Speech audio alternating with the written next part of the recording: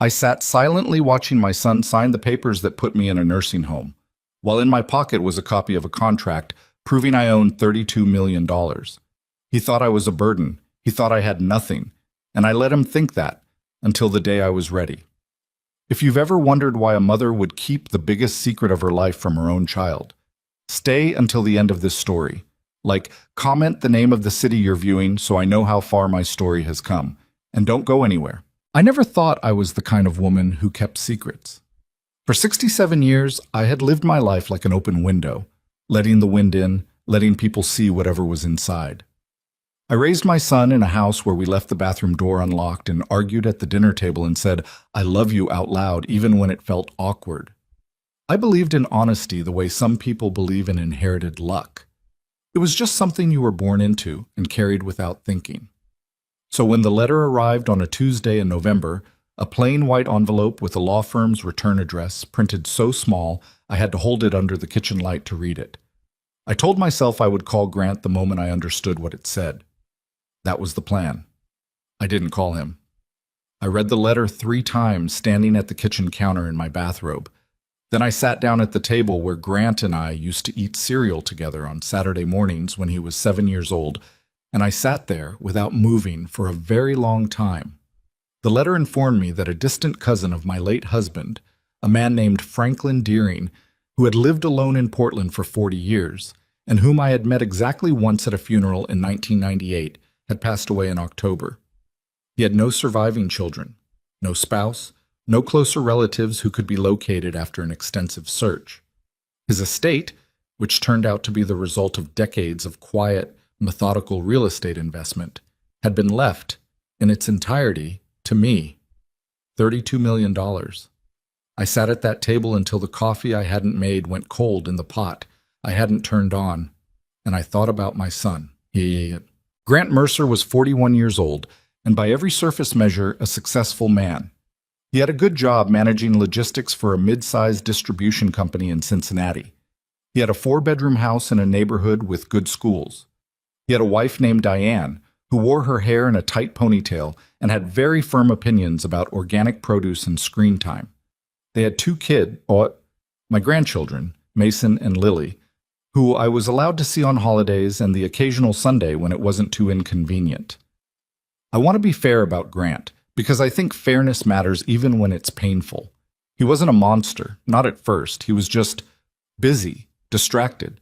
He was the kind of man who texted instead of called, who drove past my house without stopping, who had genuinely good intentions that he kept postponing until the postponing became the whole point. After his father died, that was 6 years ago now, a heart attack on a Thursday morning that came without any warning, Grant had gone through a period where he called every day. He brought me casseroles I didn't ask for. He sat with me on the porch in the evenings and didn't say much, which was exactly right, because there wasn't much to say. But grief fades. Life moves back in.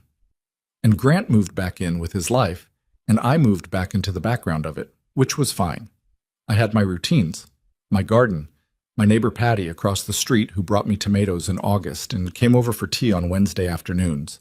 I wasn't lonely, exactly, but I was aware of what was missing. And sitting at that kitchen table with a letter telling me I was worth $32 million, the first thing I thought, before excitement, before disbelief, before any of the things you might expect, was, what will this do to him? Because I knew my son. I had watched him grow from a boy who cried over injured birds he found in the yard into a man who checked his investment portfolio before he checked in on his mother. I had watched money become, slowly and then all at once, the primary language through which he understood value, his own value, other people's value, my value. And I thought, if I tell him right now, today, what happens? I thought about the way his voice would change on the phone, the way Diane's eyes would get sharper and more calculating the next time she came for Sunday dinner. I thought about the conversations they would have behind closed doors, the whispered arithmetic, the sudden warmth, the carefully engineered affection that would smell like dollar signs if you got too close to it. I folded the letter and put it back in the envelope. I called the law firm the next morning. A patient attorney named Harold Fitch walked me through the process in a voice that suggested he had done this many times before. It took 4 months to settle. I opened a separate account at a bank across town. I told no one, not even Patty.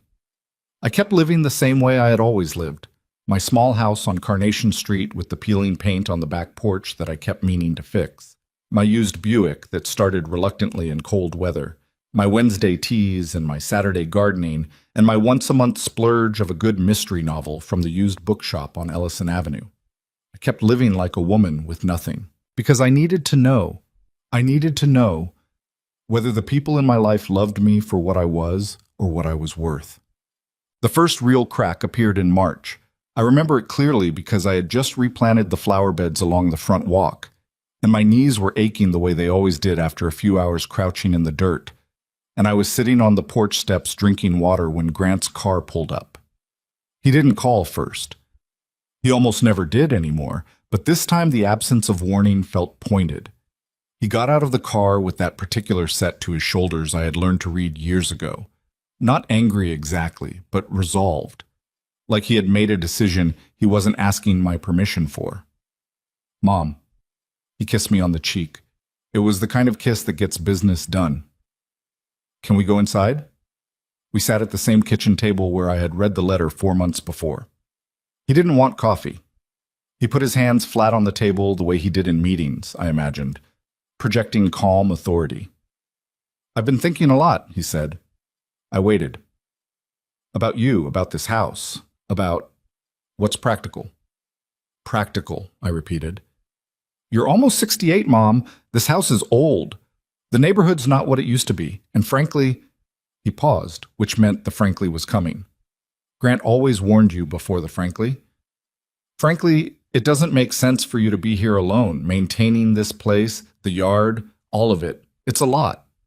I manage fine. You manage, he said, like managing was barely passing. But there are places, really nice places actually, where you'd have community, activities, people your own age. I have people my own age. Patty. He said her name with a kind of careful neutrality that was its own form of dismissal. I know you two are close, but that's not... I also have Tuesday yoga and the library volunteer program and Mrs. Carver down the block, who I've known for 30 years. I said it quietly because I didn't want to fight. I'm not isolated, Grant. He nodded slowly, which meant he'd heard me without listening. There's a place called Sunnyside Gardens, he said, over in Westdale. Diane and I drove out there last week. He said it like it was an errand, like they had stopped for groceries on the way home and happened to wander through an assisted living facility. It's actually really decent. 1-bedroom units, meals included, shuttle service, very affordable. Very affordable. I looked at my son across the kitchen table and I thought about a Tuesday in November and a plain white envelope. I'm not ready for that, I said. Nobody's ever ready, but waiting until you need it isn't Grant. I said his name the way I had when he was small and doing something that required stopping. I'm not moving out of this house. He left 20 minutes later. He hugged me at the door and said he loved me and we would talk about it more later. And as I watched his car back out of the driveway, I felt something settle in my chest. Not quite sadness. More like the quiet, airless feeling of something being confirmed. I went inside and wrote a check to the Ellison County Food Bank for $25,000. I did it anonymously. I always did it anonymously. It was the only place where the money felt clean. Spring turned into summer, and summer brought a shift in Grant that I tried not to name too quickly. The calls became less frequent, and when they came, they were shorter. Procedural, almost. How are you feeling? Did you see the doctor about your knee? Oh, good. The kids are crazy busy with their camps. It's been a lot. Okay, Mom, I'll call you next week. Diane stopped calling altogether. She had never called much. Our relationship had always been careful and surface level. Two women who loved the same man and chose to negotiate the territory with politeness rather than warmth. But now even the politeness dried up. Mason and Lily had a swim meet in June that I hadn't been told about until it was over. I found out from a photograph Diane posted. The two of them holding up ribbons, water-flattened hair, huge grins. I stared at that photograph for a long time. I did not post a comment. I texted Grant and said congratulations, and he responded with a thumbs up emoji. I sat with that thumbs up for a while. Then I called Harold Fitch and told him I wanted to begin setting up a series of charitable transfers. I had been reading about educational access programs for low-income students in the county. There was a community organization called BridgePath that offered scholarships and tutoring services, chronically underfunded, run by a woman named Loretta Cross, who had apparently been doing it on sheer willpower and a perpetually insufficient budget for 15 years. I made an anonymous contribution of $200,000 to BridgePath. Harold did not ask why I was smiling when I got off the phone with him. He was a good attorney. He understood that some things weren't his business. July was when it started to get worse. Grant came by on a Saturday afternoon without warning again. This time he brought Diane, which was unusual and therefore significant. Diane had the look she always wore when she was prepared to be reasonable. Her lips pressed in a thin professional smile, her ponytail very tight, her energy radiating the particular frequency of someone who has rehearsed. They sat in my living room. I brought out iced tea, and Diane looked at the couch cushion before she sat on it, the way you look at something you're not sure is clean. Grant got to the point faster this time. Mom, we've been talking, and we really think you should consider selling the house. I set my iced tea down carefully. The market in this area is actually pretty strong right now, Diane said, the way you say actually when you want to seem generous about something that benefits you. You could get a decent price, and that money could go toward, a nicer facility, something more comfortable than what we talked about before. I don't need a facility. It's not about need, Grant said. It's about being smart, about planning ahead. He leaned forward, elbows on his knees, the earnest posture, the I'm doing this for you posture. Dad didn't leave you with a lot, Mom. I know that. And the longer you stay in this house, the more it's going to cost you in maintenance, in utilities. I can manage my finances. On a retirement income, Diane said, and then caught herself and softened it. We just want to make sure you're not stretched thin. There was a word building in my throat that I swallowed. Here's what they did not know. They were sitting in the living room of a woman who had, 3 weeks prior, quietly purchased a duplex in the east side of town and donated it to a nonprofit that provided transitional housing for women leaving domestic violence situations. They were looking at a woman who had funded a small business grant for a young man named Deshaun Carter, who had a welding apprenticeship and a promising plan and no capital. They were encouraging a woman to sell her house because they believed she couldn't afford to keep the lights on. I'll think about it, I said. I said it because it was easier than the truth, and because I wasn't ready for the truth yet. And because, God help me, some part of me still hoped I was reading it wrong. Some stubborn, foolish corner of my heart kept insisting that this was just Grant being practical, that he wasn't really tallying what I was worth before he decided how much effort I deserved, that a mother can't be wrong about her own child this profoundly, this completely. That corner of my heart was wrong. August broke hot and close, the kind of heat that sits on a town like a hand-pressed flat, and Grant drove out to see me on a weekday afternoon in the 3rd week of the month. He had been calling more frequently, which I had noticed and which I did not trust. There was a quality to the calls now, a checked-in quality, a dutiful brightness, that felt performed rather than genuine. He was keeping tabs on what exactly I had started to understand. He came inside and had water and walked through the house in a way that seemed casual but wasn't. He paused in the doorway of my bedroom. "This carpet needs to go," he said. It was the way you say something like that in a house you've already begun to mentally calculate.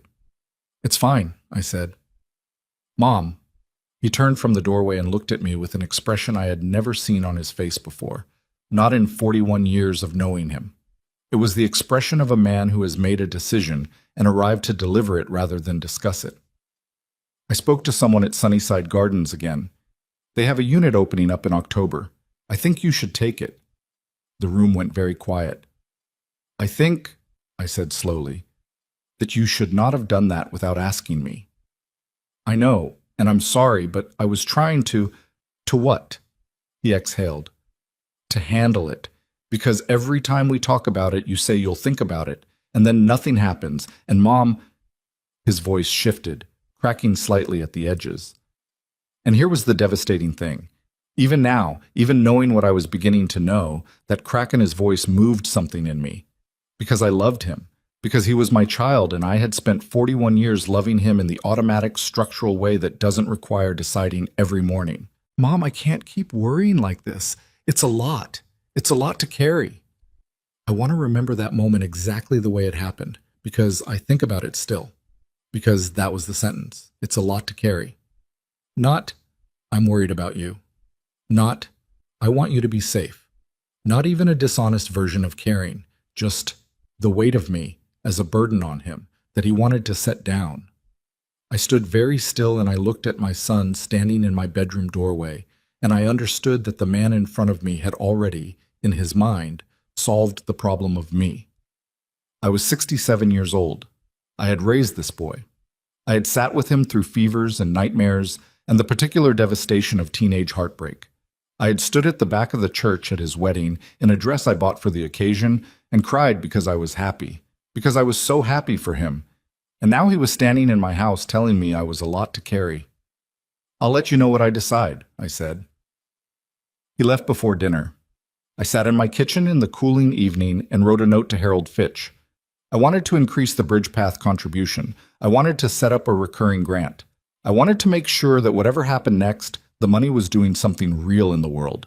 Something that didn't know my name or my son's name or the particular way a Tuesday in November can change everything. The note was 2 pages long. I sealed it in an envelope and I did not cry because I had already decided that this story did not get my tears. Not yet. Not like this. Not until I was ready. September. Grant called on the 1st of the month, and the call was short and informational. He had put a deposit down on the Sunnyside unit.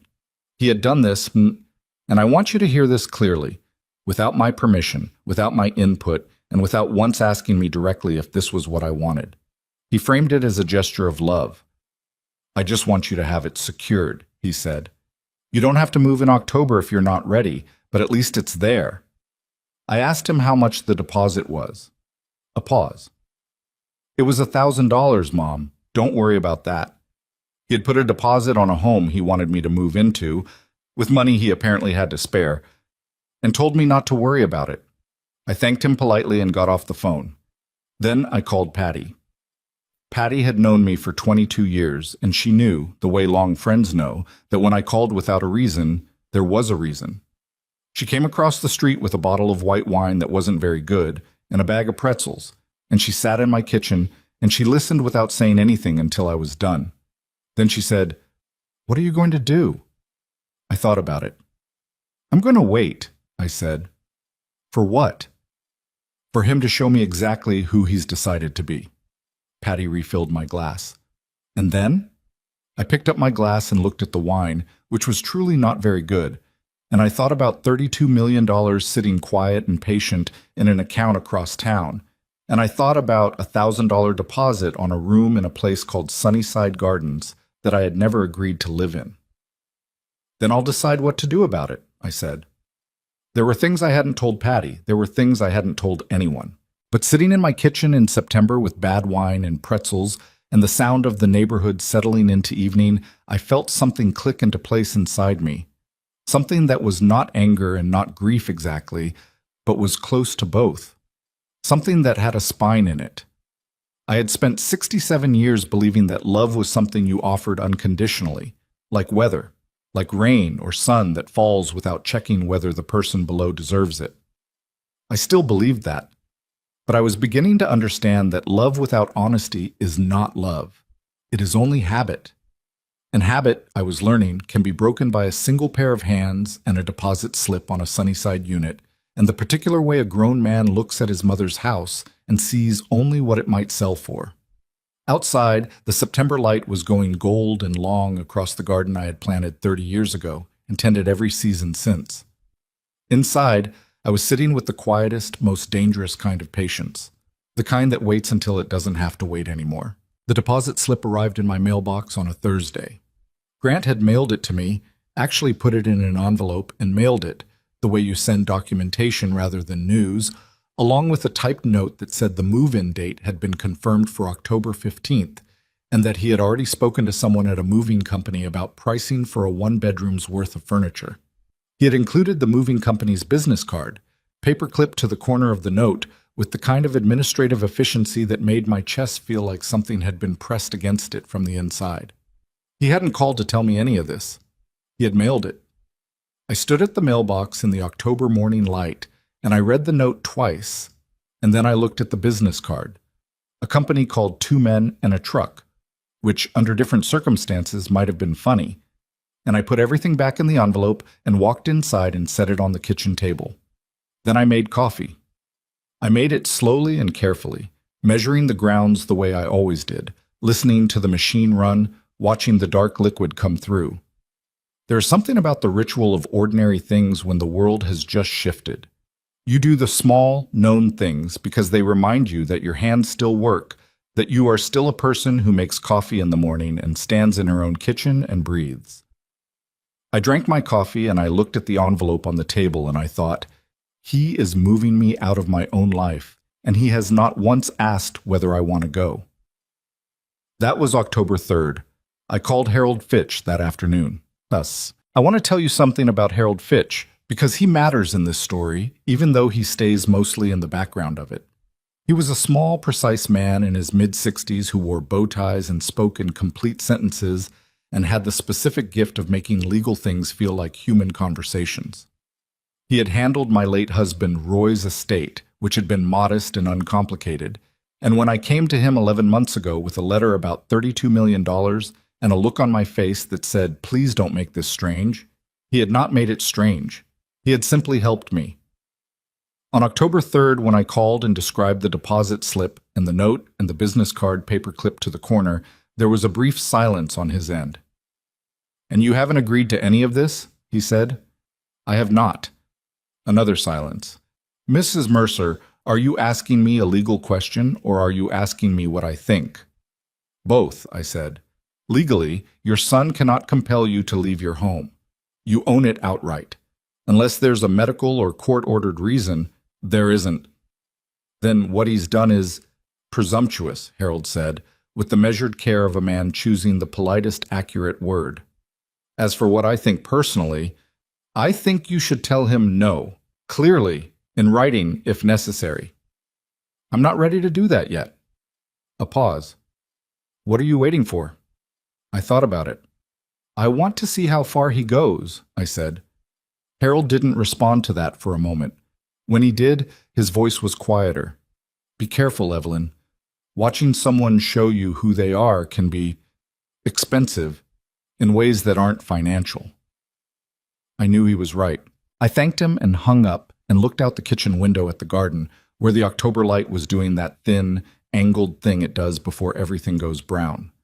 That evening, I wrote 2 checks, one to Bridgepath's Fall Scholarship Fund for $50,000, one to a woman named Gloria Reeves, my neighbor 3 houses down, whose furnace had died in September and who had been heating her living room with a space heater she couldn't really afford to run. I left Gloria's check in her mailbox without a note. I don't know if she ever figured out it was me. I hope she didn't. The not knowing was the point. But October 15th came and went. I did not move into Sunnyside Gardens. I did not pack a single box. I did not call the moving company. What I did was deadhead the last of the autumn garden, plant tulip bulbs for spring, and replace the peeling paint on the back porch myself, which took 2 afternoons and was harder on my knees than I expected, but which I finished, and which looked better than it had in years. Grant called at 7 in the evening on October 15th. "Mom."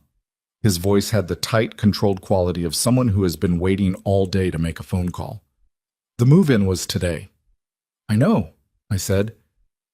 You're still at the house?" "I am." A long, strained silence. "I put a deposit down. I made arrangements. The unit was held for you." "I didn't ask you to do any of that, Grant." "We talked about this." "No," I said, and I kept my voice even because I had decided to keep my voice even. "You talked about it. I listened. There's a difference." The silence that followed was the kind that has weight. I could hear him breathing, which I almost never noticed. "So what are you saying?" he said finally. "You're just not going?" I'm staying in my home. Mom.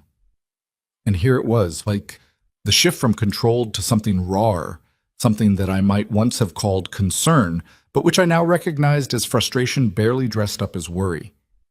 You can't just, this is about your safety, your well-being. This is about what's practical. You keep using that word, I said. Practical. But I'm not a logistics problem, Grant. I'm your mother. He didn't say anything to that. After another moment, I said goodnight, and I hung up. I sat in the quiet of the kitchen, and I let myself feel the full weight of the conversation, the way it had felt to say that, to say, I'm not a logistics problem, and to mean it without apology, and the way his silence after it had confirmed everything I had been trying not to believe since March. Because a son who loves his mother answers that sentence.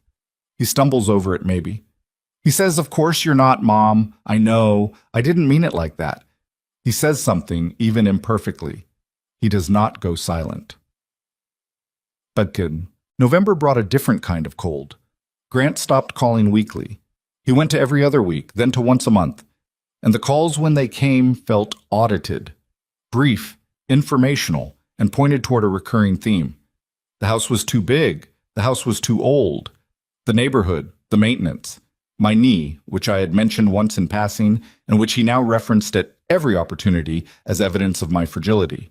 Diane sent me a brochure in the mail for a different facility. This one was in a town 40 minutes away.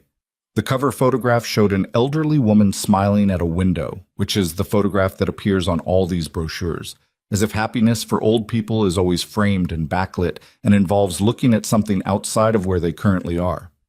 I put it in the recycling.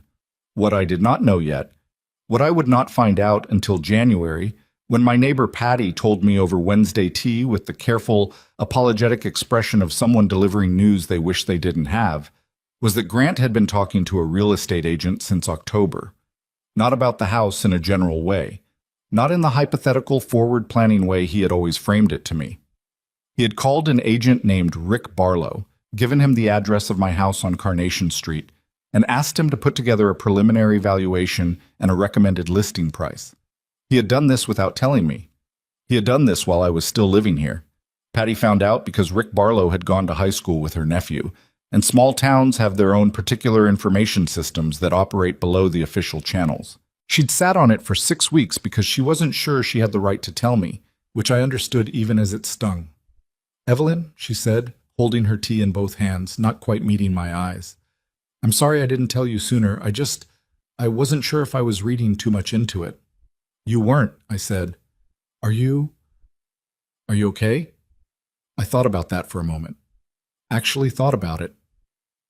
I'm angry, I said. But I'm okay. What are you going to do? Nothing yet. She looked at me over her tea. Patty had known me long enough to know that when I said nothing yet, I meant the nothing was temporary and purposeful. She nodded slowly. He doesn't know about... She stopped. No, I said. He doesn't. She nodded again. She was the only person I had told, eventually, in December, carefully, under the explicit condition that she treated as the secret it was. She had reacted the way Patty reacted to most large things. She sat quietly for a moment, and then said that made sense of a few things, and then changed the subject to something ordinary, which was exactly what I needed her to do. Well, she said now, setting down her cup, he's making a mistake. Yes, I said. He is. Pauchant. January turned into February, and February into a stretch of cold gray weeks that pressed on everything.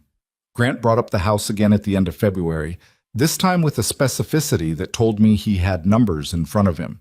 He came by on a Sunday. He sat in the living room and he used the word listing for the first time, directly, without dressing it up. Rick Barlow thinks the house could go for $280, $290 in the current market, he said, with the too casual tone of someone who has practiced saying something they know will land badly. That's significant, Mom. That's real money for you. I looked at him. You've been talking to a real estate agent about my house. Just getting information. I'm not doing anything. I'm just trying to understand your options. Without telling me. He had the decency to look uncomfortable. I was going to bring it up when I had something concrete to say. You are bringing it up, I said. Right now. Without asking me whether I want to sell. Without asking me anything. You gathered information about my home and my life, and you're presenting it to me as if the decision is already logical and I simply haven't caught up yet. Mom, I want you to tell Rick Barlow, I said carefully, that this house is not for sale. Grant's jaw tightened. Not much, but I knew his face. You're being stubborn. I'm being a homeowner, I said. There's a difference. He left shortly after that, and the visit had the particular aftertaste of a thing that has started coming to a head. What he didn't know, what I had not told him, had not told anyone except Harold Fitch, was that I had the previous month hired a property management company to handle the East Side duplex I'd purchased. The tenants were a family of 4 who paid their rent on time and had a daughter named Sophie who left a hand-drawn thank you card in the mailbox of the management office after the heat was repaired in December. Harold had forwarded me a photo of it. I had put it on my refrigerator. Grant thought I was a woman with no savings, and a house she couldn't afford to maintain, and a bad knee, and not much time left to be inconvenient. I thought about Sophie's card every morning when I made my coffee. March. The thing that happened in March I had not anticipated, which was my own fault for thinking I had fully mapped the territory of what my son was capable of. Grant's daughter, Lily, turned 7 in March. I had known about the birthday. I had bought a present 3 weeks in advance, a beautiful illustrated book about a girl who builds things, because Lily had mentioned at Thanksgiving that she liked engineering, and I had thought that was remarkable and worth encouraging. I wrapped it carefully. I made a card by hand the way I always did, drawing small flowers around the border because Lily had told me once that she liked flowers. I was not invited to the birthday party. I found out the way I kept finding out things. After the fact, from the outside. Diane posted photographs on the social media account I followed, but which she had apparently stopped thinking about me when she posted. There were 14 children and a magician and a pink layered cake and streamers and 2 sets of grandparents who were not me. Diane's parents. Both of them. I had met Diane's parents 3 times in 15 years. I sat with my phone and looked at the photographs of my granddaughter's 7th birthday, a party I had not been invited to, and I was aware of something happening in my chest that was more than hurt. It was the particular pain of understanding that you have been categorized, sorted into the column of people who don't need to be included, whose absence at a 7-year-old's birthday will not be noticed or explained or apologized for. I had bought a book. It was sitting on my kitchen counter. I called Grant. Mom. He answered on the 3rd ring, and in the background I could hear the tail end of the party. Children's voices, music winding down. I saw Lily's party, I said. It looked lovely. A pause. A long one. We kept it small, he said. Just immediate family. I looked at the photographs again. 14 children, a magician, Diane's parents. Okay, I said. Mom, Grant, was I not invited? The pause was its own answer. It was just the timing, and with everything going on, Diane planned most of it. I would have liked to come to my granddaughter's birthday party. I know. And his voice, to its credit, cracked slightly on that. I know, I'm sorry. It got complicated. Complicated. A 7-year-old's birthday party had gotten complicated. I told him I understood. I told him to kiss Lily for me. I told him we would talk soon. After I hung up, I sat in the kitchen for a while. Then I picked up the book I'd bought for Lily, and I thought about what to do with it. I could mail it. I could drop it off. I could hold on to it for a time when I was invited over, if that time came. Instead, I called Harold Fitch the next day and told him I wanted to expand the Bridge Path program. Specifically, I wanted to fund a Girls in STEM initiative that had been proposed but unfunded, targeting kids between the ages of 6 and 12.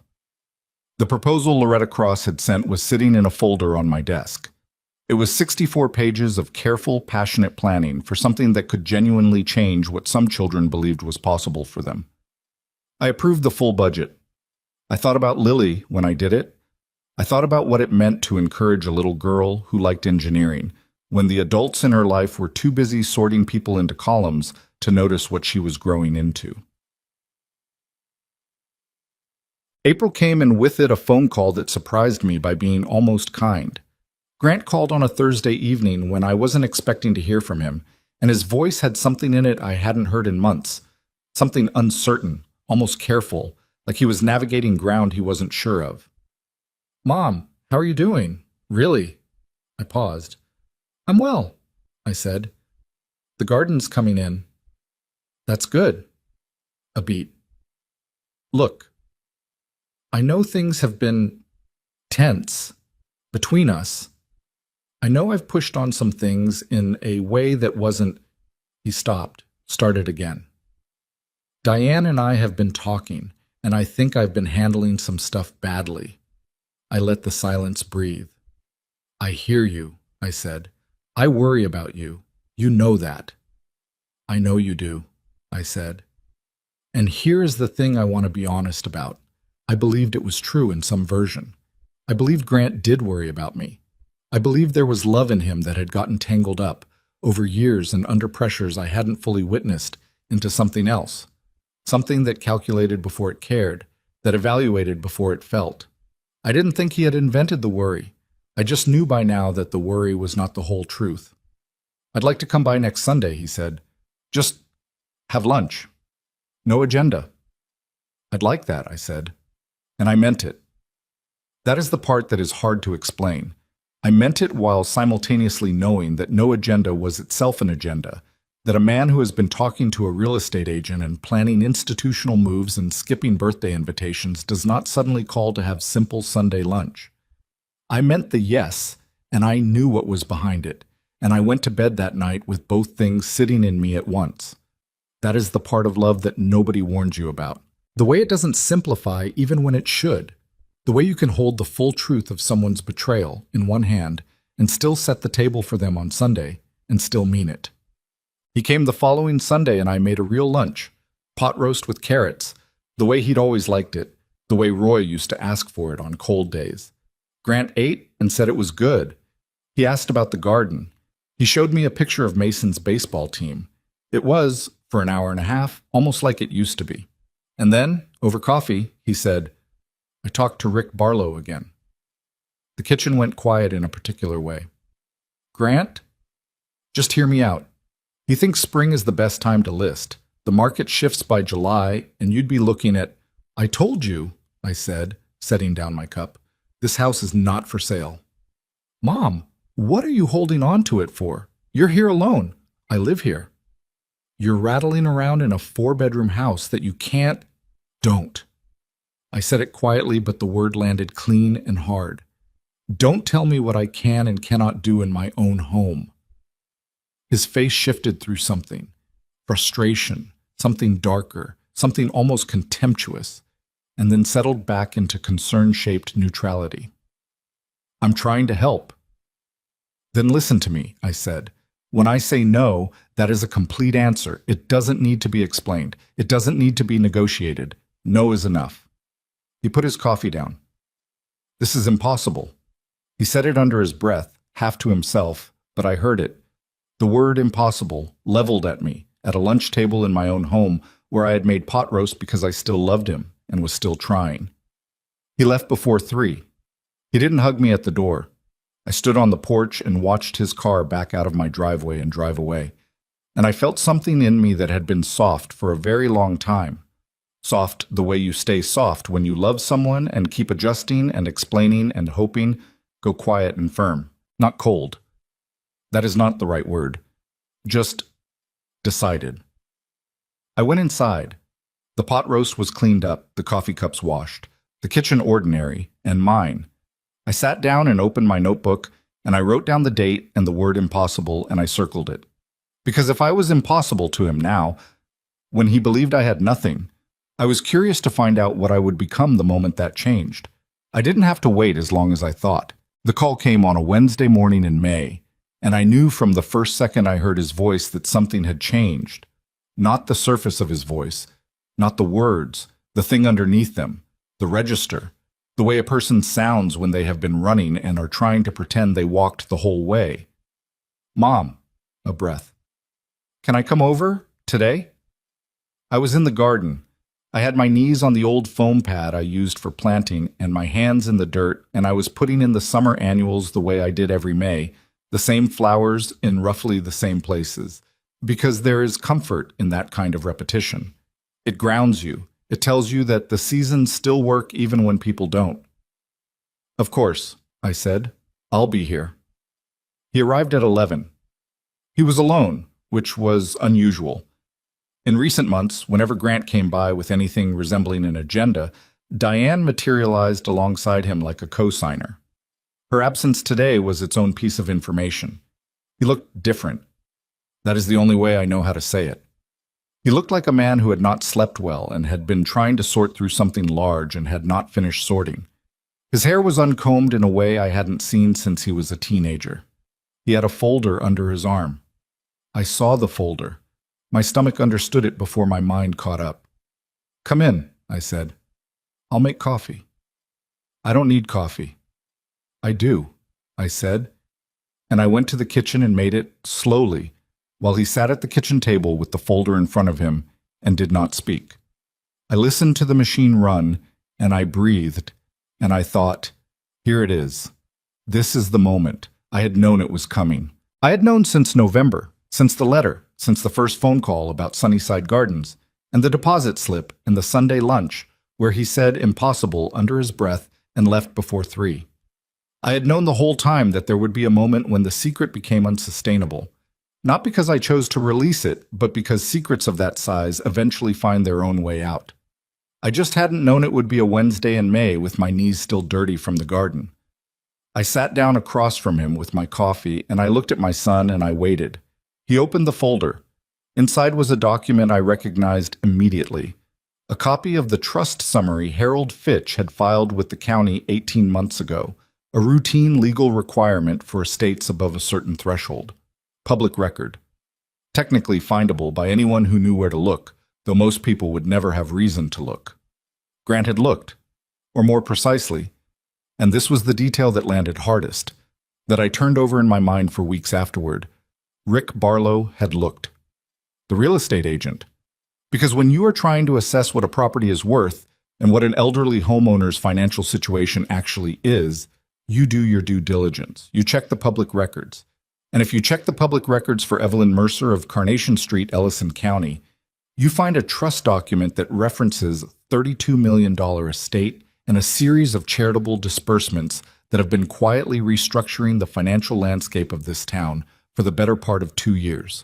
Rick Barlow had told Grant. Grant had apparently spent the 48 hours since then in a state I could only imagine, because what was sitting across from me now was not my son as I usually encountered him.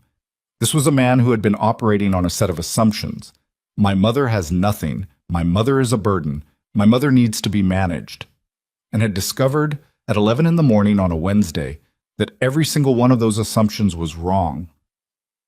"Mom," he said. His voice was strange, thick. "What is this?" I looked at the document. "You know what it is? Is it real?" "Yes." He put both hands flat on the table, and I watched him breathe for a moment, and the breathing was the unsteady kind. $32 million, he said. "Yes. You've had $32 million.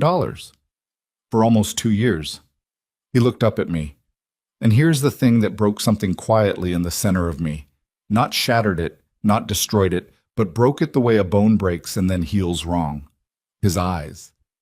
Because in his eyes, in that first unguarded moment before he had time to compose himself into something presentable, what I saw was not hurt. Not confusion, not the stunned grief of a son who realizes his mother kept a secret from him. What I saw was calculation. It lasted only a second. Then it was gone, covered over with something softer, something that looked like the right emotion. But I had seen it, and I was not going to unsee it.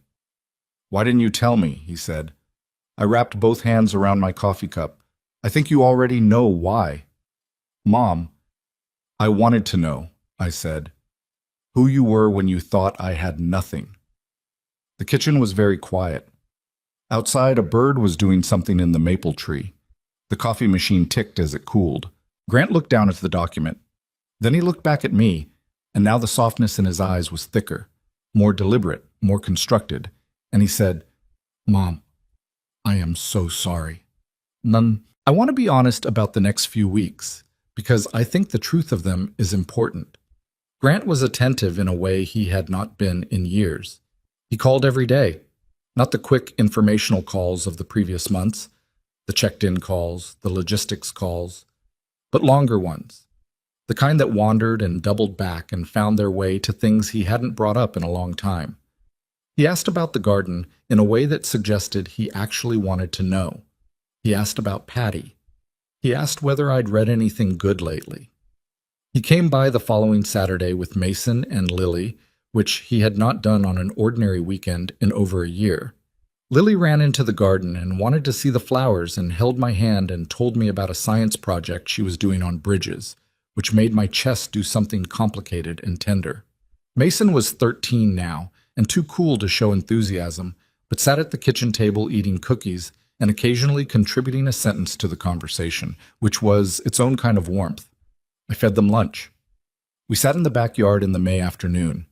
It was on the surface everything I had wanted for a very long time, and I hated how much it hurt to sit in the middle of it.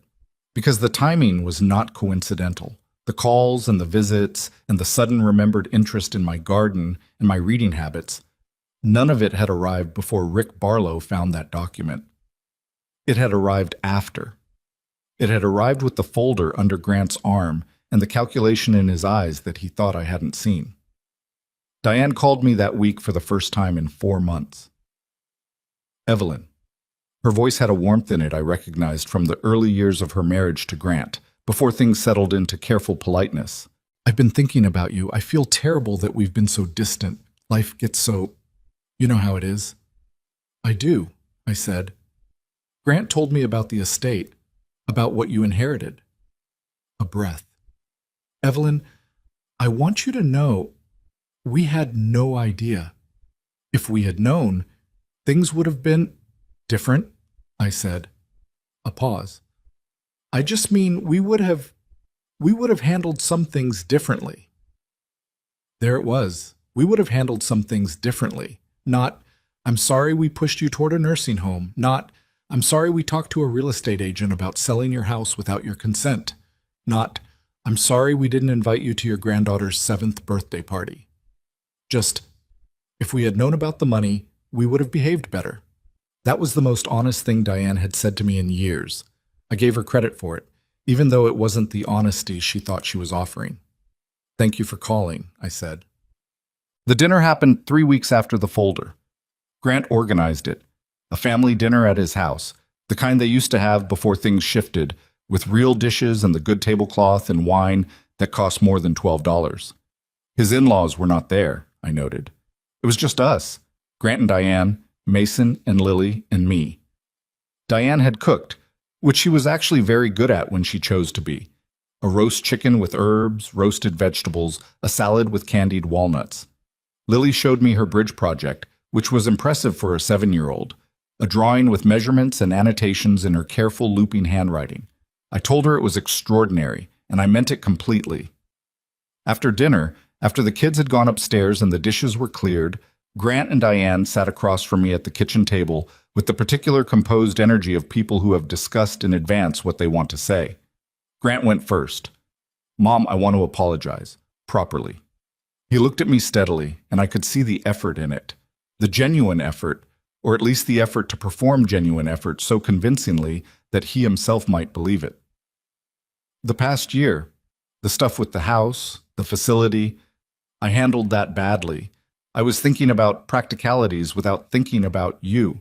And I'm sorry. Diane nodded beside him. We both are.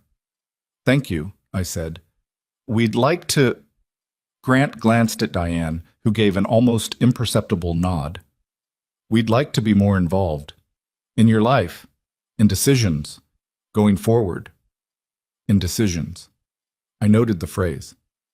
We were thinking, Diane said, leaning slightly forward with the smooth energy of someone making a presentation she has rehearsed, that it might make sense to sit down with your financial advisor or your attorney, just to understand the full picture, so we can be helpful. I looked at her, then at Grant, then back at her. Helpful, I said. You know, supportive. If there are investment decisions or estate planning questions, she made a gesture that was meant to seem casual. Family should be involved in those conversations. We just want to make sure you're not navigating all of that alone. There is a particular kind of anger that doesn't make noise. It doesn't spike or flare. It settles. It gets low and still and very, very clear. I had felt it once before in my life, years ago, and I recognized it now the way you recognize the smell of a place you haven't been to in a long time. I picked up my wine glass. I set it down. "Diane," I said. "Grant." I looked at each of them. "I want to ask you both something, and I'd like you to think about it before you answer." They waited.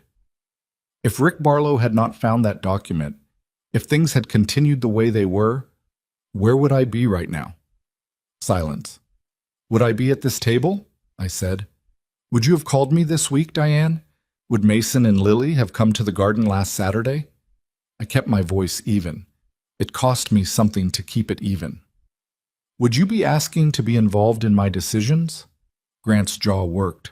"Mom, I'm not asking to be cruel," I said. "I'm asking because the answer matters. It matters to me, and I think it should matter to you." The dinner ended shortly after that. Not explosively. There was no shouting, no stormed-out exit, just a thickening of the air, a wrapping up of the evening with the slightly forced courtesy of people who have more to say but have agreed by unspoken consensus to table it. Grant hugged me at the door and told me he loved me, and I said I loved him too, because I did. I drove home in the dark on roads I had driven for 30 years, and I thought about the dinner and the rehearsed apology and the phrase family should be involved in those conversations, and I thought about October 15th and the deposit slip and the business card from 2 men and a truck, and I thought about Lily's birthday party with the magician and the 14 children and the grandparents who were not me. I parked in my driveway and I sat in the car for a while. I was not sad. Or not only sad, I was something that doesn't have a clean name. The feeling of a thing becoming clear that you had hoped would stay muddy. Because muddy meant there was still room to be wrong about what you were seeing. Clear just meant clear. But the confrontation I had not planned happened on a Sunday in June, and it happened because of a conversation I was not meant to hear. Grant had invited me for brunch. His house, 11 in the morning. I arrived 8 minutes early because I had always been the kind of person who arrived slightly early, and I knocked at the back door because that was the door I always used, the one off the driveway, the one that opened into the kitchen. The door was unlocked and slightly ajar, which was not unusual in summer. I pushed it open and called Grant's name and heard, from the living room, his voice and Diane's, close together and low, not yet aware I was there. "If she's willing to sit down with an estate attorney, we should push for that before the summer." "She's not going to just hand it over, Grant." "I'm not saying hand it over. I'm saying get visibility. Get ourselves into the conversation early before she starts distributing everything to strangers." I stood in the kitchen doorway. "The bridge path thing alone was $200,000, Diane's voice said. $200,000 to a scholarship fund. While she was living like she couldn't afford a new furnace. She can do whatever she wants," Grant said. But he said it the way you say something that you don't believe and are not trying to convince yourself of, just trying to say out loud so it sounds better. "I'm just saying that if she's going to start moving large amounts, we should be—" "Grant!" My voice came out quieter than I expected. The living room went absolutely silent. He appeared in the doorway. The color in his face had changed. "Mom." He said my name. Just that. "I came early," I said. Behind him, Diane materialized.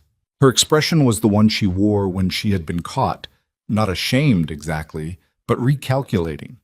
We stood in the kitchen for a long moment, the 3 of us, with the summer morning coming through the window and the smell of coffee and the specific silence of a thing that has been said and cannot be unsaid. "How much of that did you hear?" Grant said. "Enough," I said. He opened his mouth, closed it, opened it again. "Mom, we were just talking about how to get visibility into my estate before I give too much of it away." I said it without raising my voice. "Before I start moving large amounts to strangers." Diane looked at the floor. Grant looked at me, and there was something in his face now that was neither calculation nor performed warmth, but something raw, something almost like the 7-year-old who used to cry over injured birds, surfaced briefly and unwillingly through the man he'd become. I don't know what to say. Then don't say anything yet, I said. I need you to call your sister. I watched his expression shift in confusion, and your Aunt Patricia, and whoever else you think ought to be part of this family. I need everyone here. Next Sunday. Dinner. My house. Mom, what are... next Sunday? I said. Dinner. My house. All of you. I left without having brunch.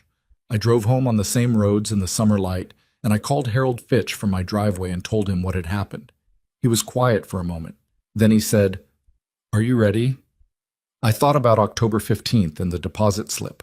I thought about impossible said under his breath. I thought about Lily's birthday. I thought about get visibility before the summer and before she starts distributing everything to strangers. Yes, I said, I'm ready.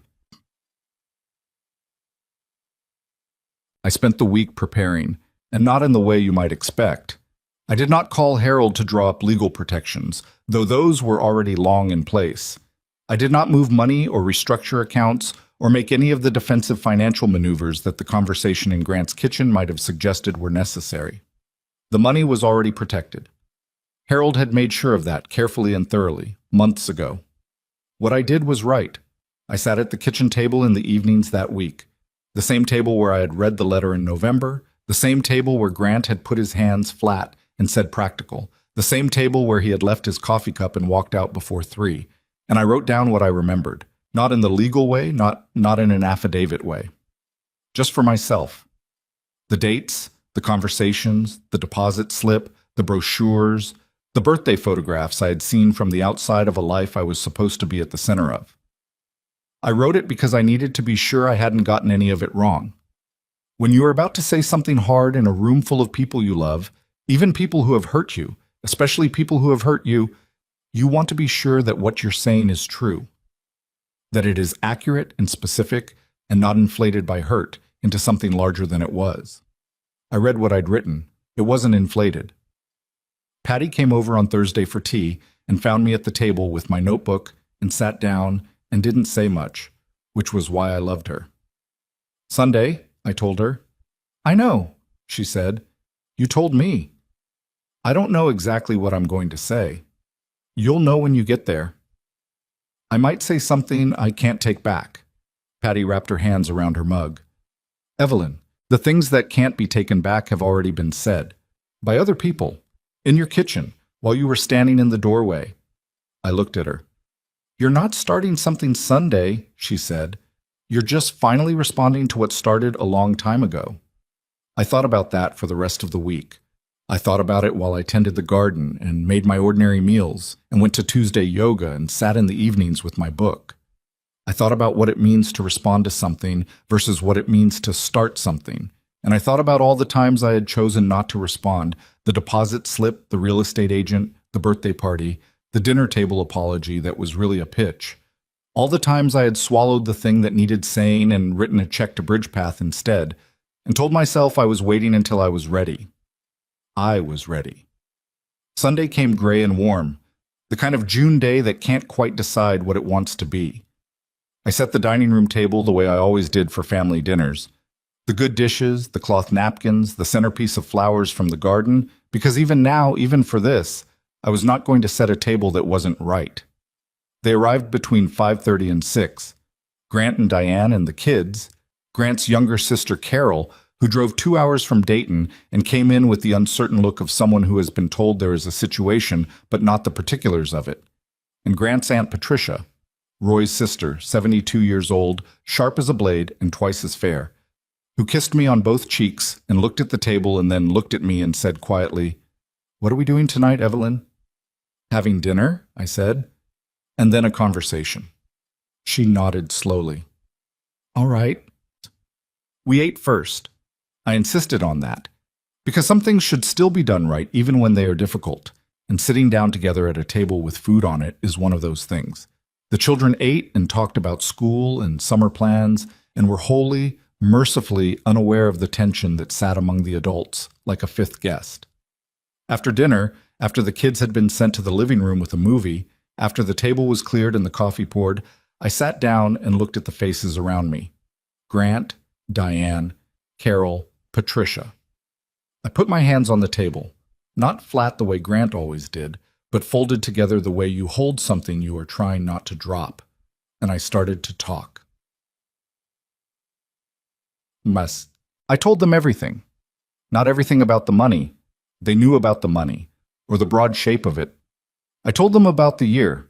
I took them through it the way I had written it in my notebook. The deposit slip, the business card from the moving company, the note that had been mailed to me. Mailed, I said. I want you to understand that he did not call me. He put it in an envelope. The real estate conversations that happened without my knowledge, the brochures, the calls that got shorter and then less frequent and then procedural. The birthday party. Lily's birthday party. I said that part quietly, and I watched Carol's face change. She turned 7, I said.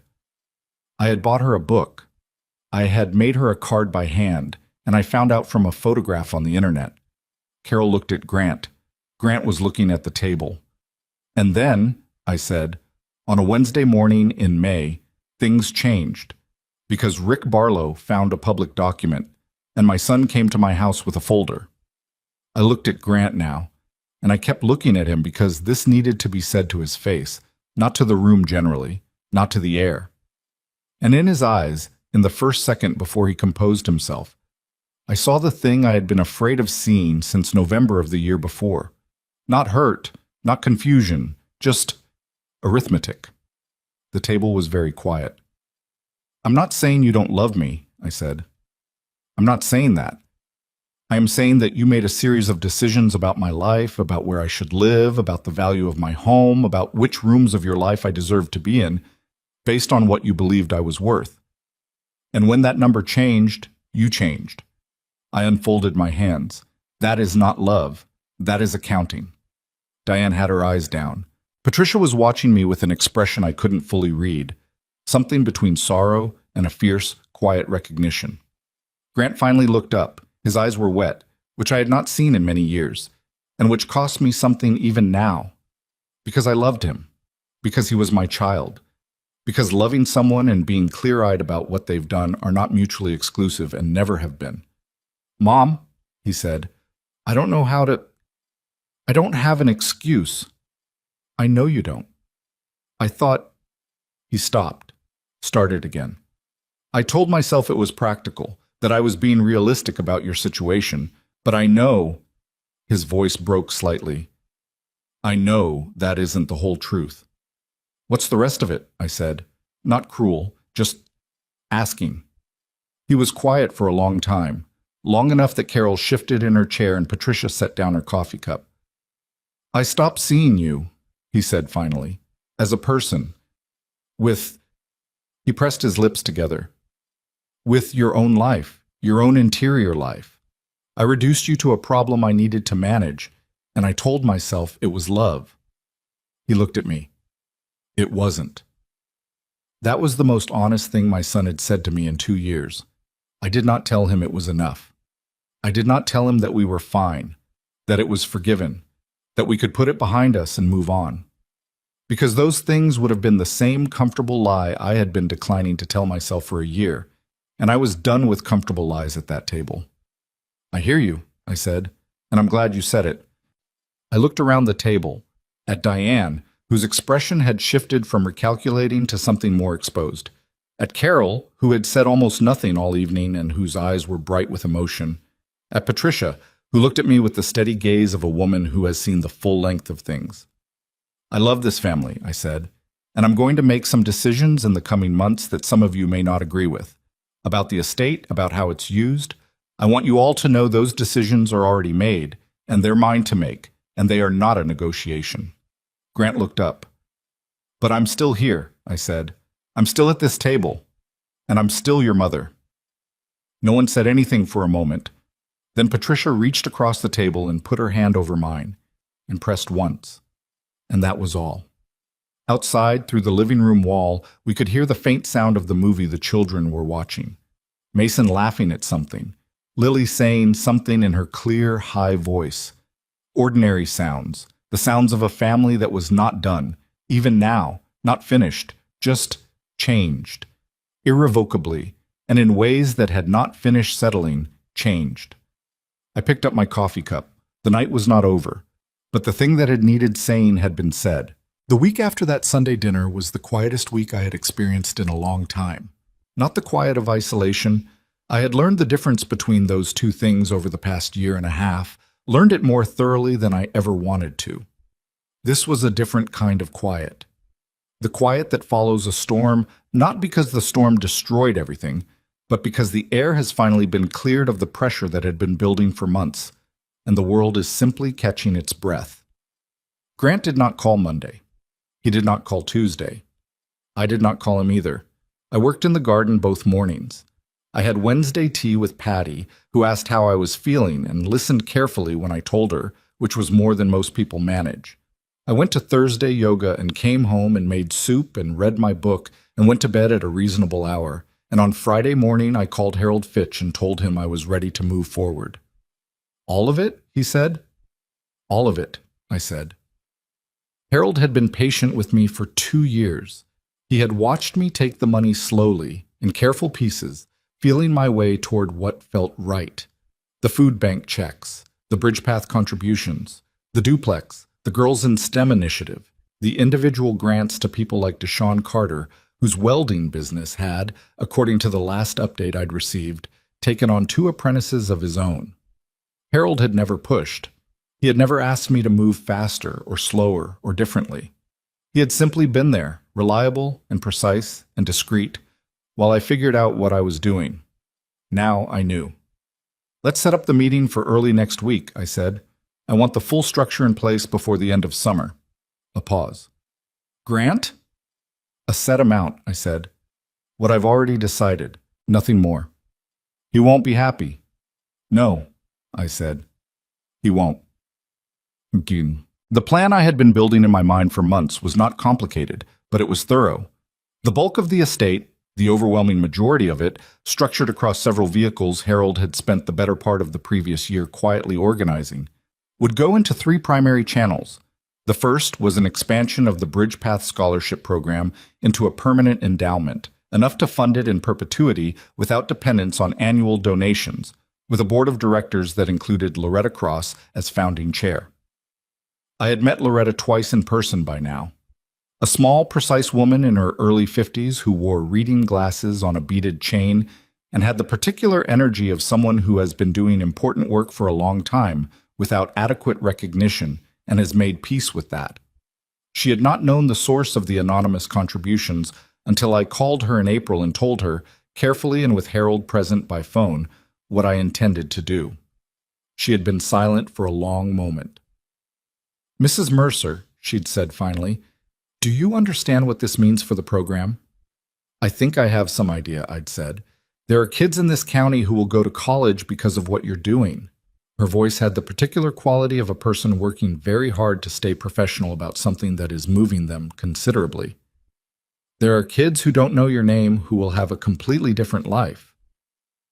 I had thought about that for days afterward, the not knowing your name part. The way impact can be real and lasting and entirely uncoupled from recognition or credit. The way you can change a life without the life ever learning where the change came from. I found that more comforting than I could easily explain. The second channel was a housing trust, a formal, legally structured organization that would purchase and maintain transitional housing properties throughout Ellison County, with the duplex I already owned folded into it as the seed asset. I had connected Harold with a housing attorney named Miriam Okafor, who specialized in exactly this kind of structure, and between the two of them they had designed something that would outlast me by decades if properly managed, which was the point. The third channel was smaller and more personal, a series of direct grants to individuals and small organizations in the county that I had identified over 2 years of paying quiet attention. Deshaun Carter's welding program. A woman named Rosa Gutierrez, who ran an after-school tutoring program out of her living room for the children of migrant farm workers. The Ellison County Library's Digital Access Initiative, which had been trying for 3 years to expand its public computer lab and had never quite gotten there on its operating budget alone. A grief counseling program at the Community Health Center that had lost its state funding in the last budget cycle. Small things. Targeted things. Things that would make a specific, measurable difference to specific people who were working hard on not enough. That left, when everything was allocated, approximately $400,000 uncommitted in the estate. That was Grant's portion. Not nothing. Not cruelty. $400,000 is a real amount of money, and I want to be clear that I had not designed it to humiliate him. I had not spent any part of the previous 2 years thinking about how to punish my son. What I had spent those 2 years doing was thinking about what money was for, and what love was for, and what it meant to have been handed an extraordinary amount of one thing, and to have to decide carefully and honestly what you owe the world with it. The answer I had arrived at was not, give it to the person who tried to move you into a nursing home without asking. But the answer was also not, give him nothing. $400,000 was what I had decided was fair. Not for what he had done.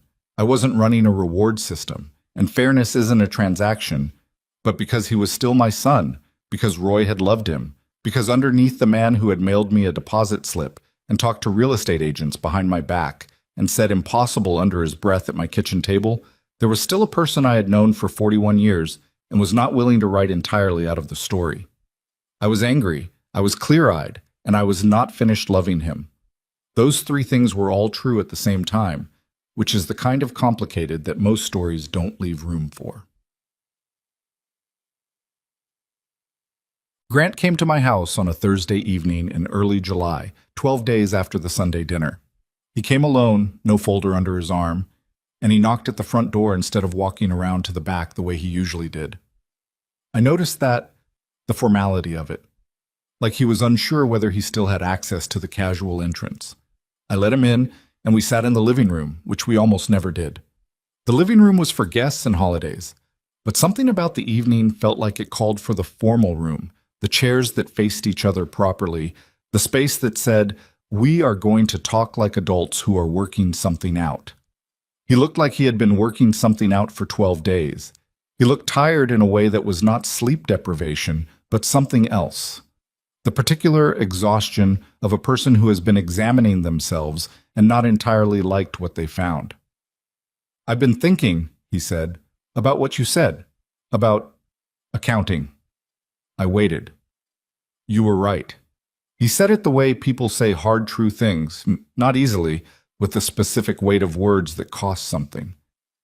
I was running the numbers on you, on what you were worth, what you were costing, and I told myself it was care. I told myself I was being responsible. He looked at his hands. But if I'm honest, and I'm trying to be honest, Mom, I really am, a lot of it was about what I expected, what I thought I was going to inherit eventually. And when I thought there was nothing, He stopped. You stopped investing, I said quietly. He looked up. Yeah. In me. As a person. Yeah. His voice was rough. I'm not proud of that. I looked at my son. I looked at the tiredness in him, the genuine discomfort, the effortful honesty that had clearly cost him something to arrive at. Because Grant was not, by nature, a man who examined himself without prompting. That had always been his limitation, the lack of unprompted reflection. And here he was, 12 days later, having apparently prompted himself, which was not nothing. I know, I said. I want to do better. I know that too. He was quiet for a moment. Then, with the careful neutrality of someone asking something they're not sure they have the right to ask, what are you going to do with the estate? I had expected the question. I had decided to answer it directly. I'm giving most of it away, I said, to BridgePath and to a housing trust and to several other organizations and individuals in the county. Harold has the full structure. I paused. I'm leaving you $400,000. The room was quiet. I watched his face move through things, a quick flash of something that was not quite what I'd hoped to see, There and gone in a second, followed by something more complicated, more genuinely mixed. He pressed his lips together, looked out the window, looked back at me. "Okay," he said, "just that. Okay." "I want you to know it's not a punishment," I said. "It's what I decided was right. For everyone, including you." "I know." He said it quietly. "I think I know." A breath. "I think, honestly, Mom, I think if you gave me the whole thing right now, I wouldn't know what to do with it. I don't know that I've earned the right to know what to do with it." That surprised me. I want to say that plainly. That answer surprised me, and the surprise moved something. "That's a more honest thing than I expected you to say," I told him. The smallest, most tired version of a smile moved across his face. "I've had 12 days.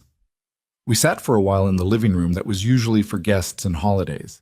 The evening light came through the front windows the way it did in summer, long and warm, the kind of light that makes everything look like it's being kept safe. My garden was visible through the side window, the summer flowers doing what they did, indifferent to everything that had happened inside the house this past year and a half. "Can I ask you something?" Grant said. "Yes." "The whole time, the whole year, you knew. You had the money, and you just—" He struggled for the word. "Watched." "I wasn't enjoying it," I said. "If that's what you're asking." "That's not what I'm asking." He looked at me with something that was close to wonder, or close to the approximation of wonder that a person arrives at when they've spent 12 days realizing they fundamentally misread someone they've known their whole life. "I'm asking how. How do you just sit with something that big and not say anything?" I thought about it. "Because I had to know," I said. "And I'm sorry that knowing required what it required. I'm sorry it took a year of watching you make those choices.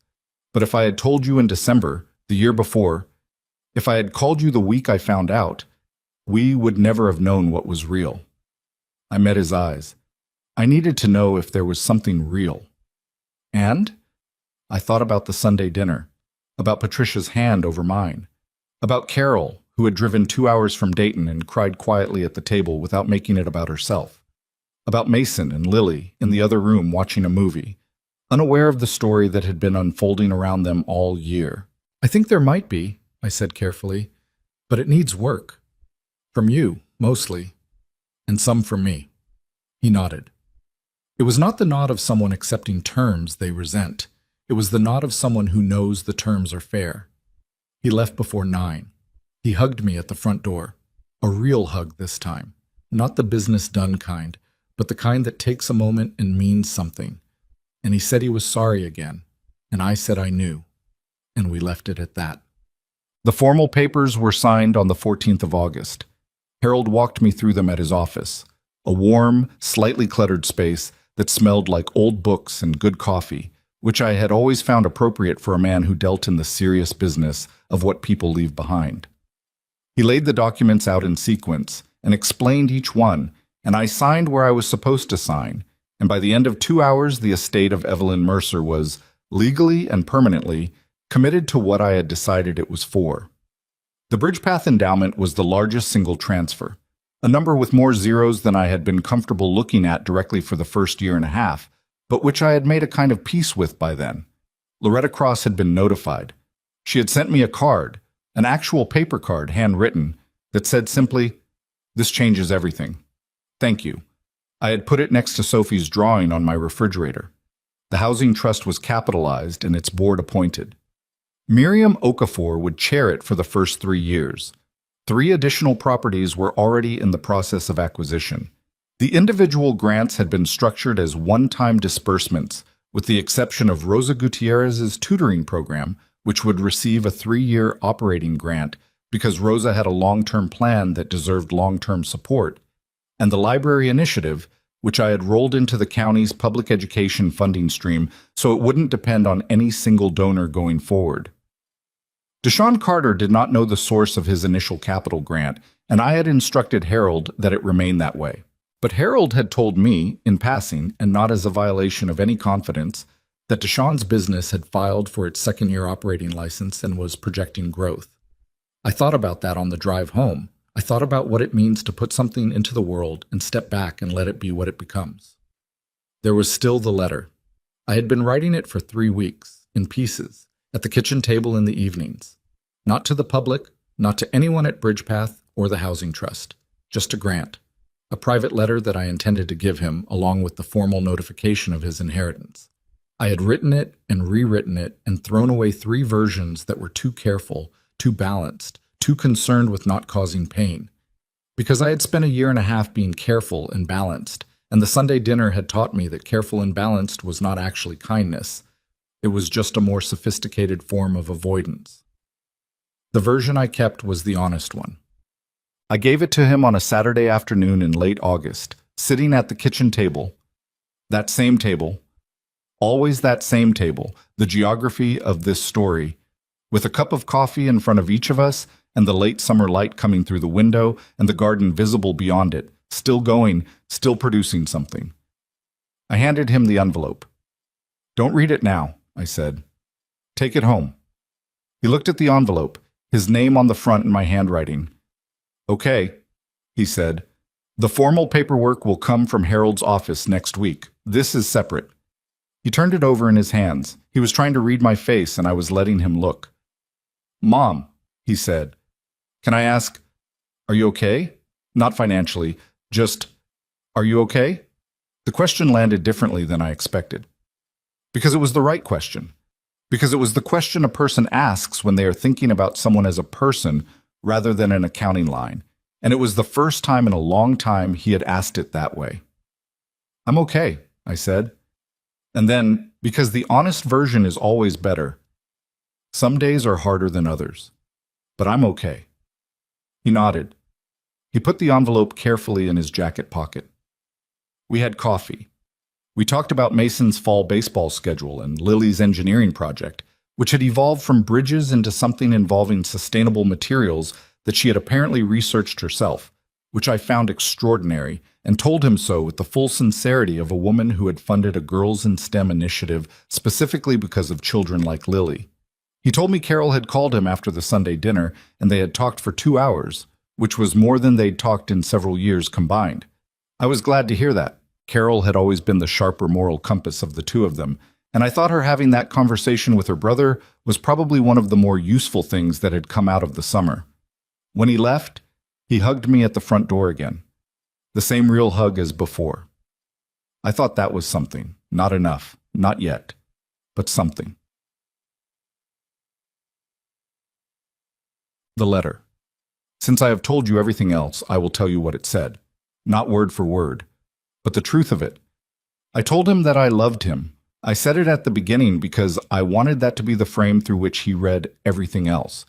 Not the conclusion, not the reward for getting through the hard parts, but the premise, the given, the thing that was true before and during and after all of it. I told him that the year and a half had broken something between us that would take longer than a summer to repair.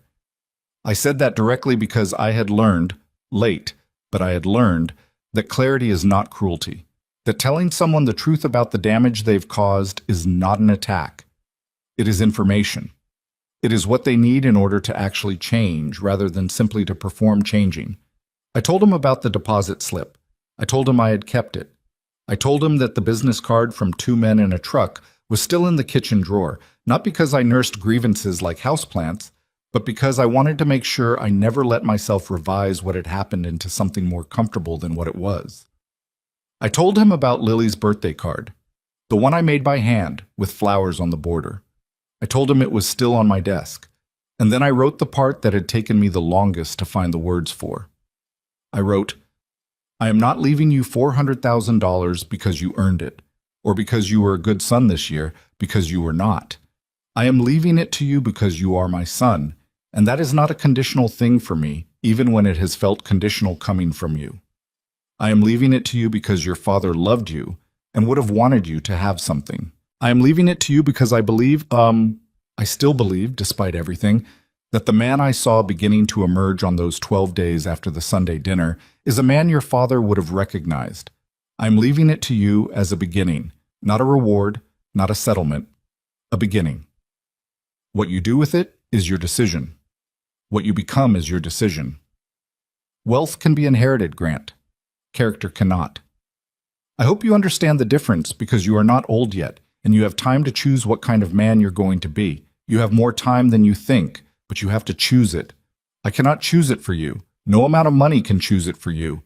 I love you. That has never been the question. Mom. I sealed it the night before I gave it to him.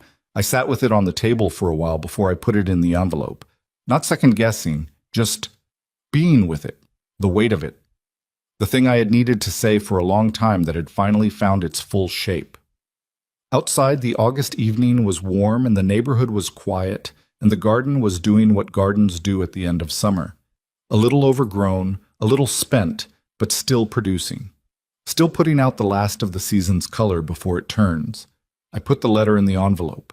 I wrote his name on the front. Then I went to bed, and I slept well for the first time in a very long time. Weeks passed.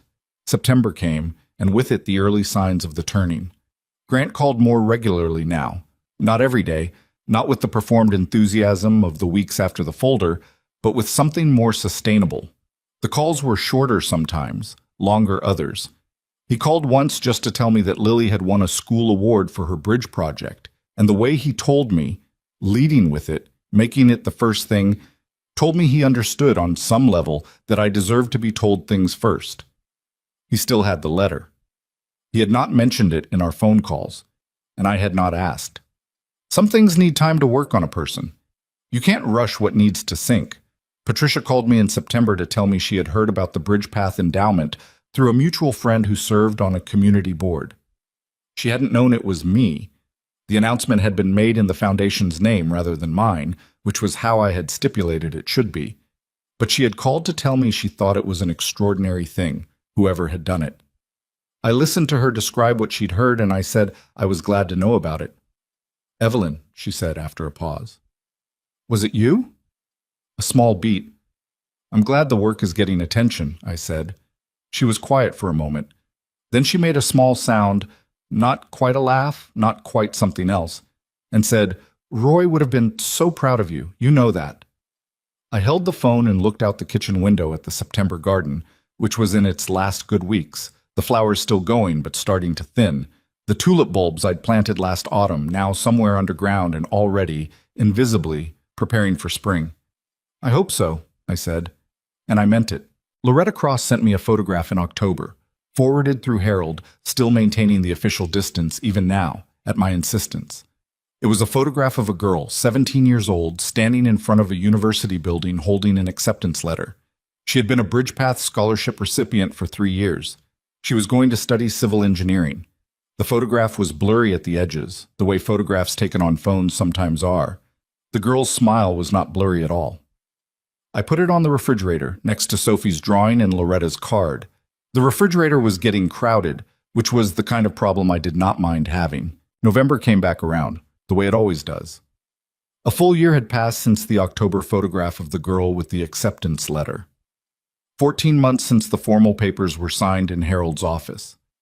2 years and 1 month since a plain white envelope had arrived in my mailbox on a Tuesday and changed the entire interior architecture of my life, without moving a single piece of furniture. I was 69 years old. The tulips I had planted 2 autumns ago had come up in spring and come up again this spring, which tulips do when you plant them right and leave them alone long enough to establish themselves. The back porch paint was holding. The Buick had needed a new alternator in March, which cost $400, and which I paid without drama, and which would have been funnier if I had been in the mood for that particular joke. I was not, mostly. But sometimes. The refrigerator on Carnation Street had run out of room, so I had started a second collection on the corkboard beside it. Loretta sent photographs every few months, always through Harold, always with the formal distance I had requested, which she had respected completely and without apparent resentment. The corkboard had 3 photographs of scholarship recipients, a handwritten thank you note from a woman named Terry who had moved into one of the housing trust properties with her 2 daughters and her dog, a drawing done by Terry's younger daughter of what appeared to be a house with a sun above it and a dog in the yard, and a newspaper clipping from the Ellison County Gazette about the library's expanded computer lab, which had served over 800 residents in its first 6 months of operation. 800 residents. In a county the size of ours, that is not a small number. I had read that clipping 4 times. Grant called on a Tuesday evening in November, not the anniversary Tuesday, a different one, but close enough that I noted it. And his voice had the quality I had come to recognize over the past year as his genuine voice. Not the managed voice, not the performed voice, not the logistics voice. Just him, a little tired, a little uncertain, feeling his way through a conversation without a prepared agenda. "Mom, do you have a few minutes?" "I do," I said. I was in the kitchen. I was always in the kitchen. "I've been thinking about the letter," he said. I waited. He had mentioned the letter once before, briefly, in the spring. Said only that he had read it several times and needed more time with it, which I had accepted without pressing. "I've been thinking about the part where you said character can't be inherited." A pause. "I've been thinking about that a lot, actually. More than I expected to." "What have you been thinking?" "That I spent a long time, most of my adult life, honestly, acting like the work was done, like I had arrived somewhere, like being relatively successful, having a decent job and a house and a family meant I didn't have to keep examining myself."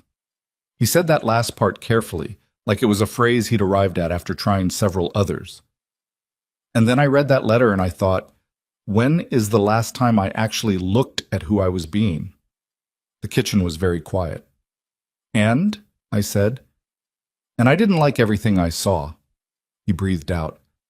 I'm working on it.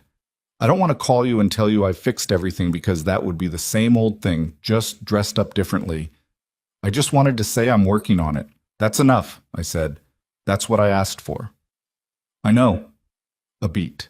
"Mom, I want to ask you something, and I need you to tell me the truth." "When have I not?"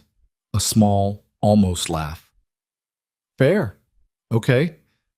The almost laugh faded. "Do you think we're going to be okay? You and me?" I sat with that question for a moment. I did not rush to answer it because it deserved not to be rushed. "I think we're going to be something," I said finally. "I don't know if it's going to be what we were before. I don't think it can be. Too much has been said and done and known." I paused. "But something real is better than something comfortable that isn't real." "So yes, I think we're going to be okay, in the version of okay that's actually available to us now." He was quiet for a moment. "That's honest. You asked for honest." "I know." Another pause. "I'll take it." We talked for another half hour about ordinary things. Lily's latest engineering obsession, which had moved from bridges to water filtration systems, which I found remarkable. Mason's grades, which had improved since he'd found a history teacher he actually respected. Something going on at Grant's job that was frustrating but not catastrophic. The ordinary texture of a life being lived. When he said goodnight, he said he loved me. I said it back. I meant it exactly as much as I always had. The love had not decreased. It had just been forced, over 2 years of difficulty, to become more honest about what it was and what it wasn't. And honestly, though this is a hard thing to say, an honest love, even a complicated one, sits better in the chest than a smooth one that has been sanded down to avoid all the rough edges. Diane came alone in December. That surprised me more than almost anything else in this story. Not Grant bringing her, not a scheduled family dinner. Diane, alone, pulling into my driveway on a Saturday morning with a poinsettia plant I hadn't asked for, and an expression I had not seen on her face in the 15 years I had known her. She looked like someone who had been thinking about something for a long time and had finally decided to stop thinking and start doing. I let her in. I made coffee. We sat at the kitchen table. Of course we did. Always this table, this room that had witnessed more of my life than any other space I had ever occupied.